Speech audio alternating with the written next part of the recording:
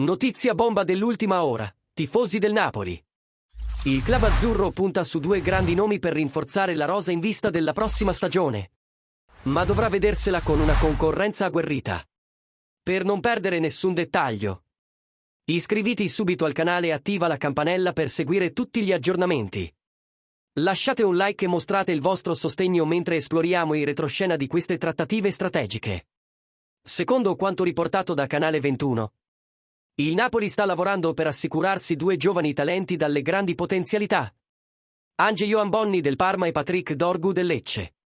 Entrambi i giocatori sono nel mirino di Antonio Conte, che sta cercando di rafforzare la sua rosa con opzioni promettenti per il futuro. L'attaccante francese Bonni è considerato un obiettivo prioritario dal Napoli. Il club ha già avviato i colloqui con il suo agente, Federico Pastorello, che sta conducendo anche le trattative per il rinnovo di Alex Meret.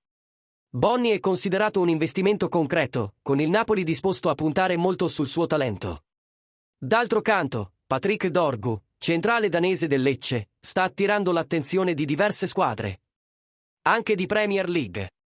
Il direttore del Lecce Pantaleo Corvino sta preparando un'asta per massimizzare il valore del giocatore, che potrebbe rendere difficile l'acquisto da parte del Napoli.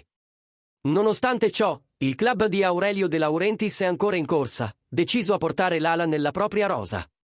Ora vogliamo sapere da voi, tifosi del Napoli.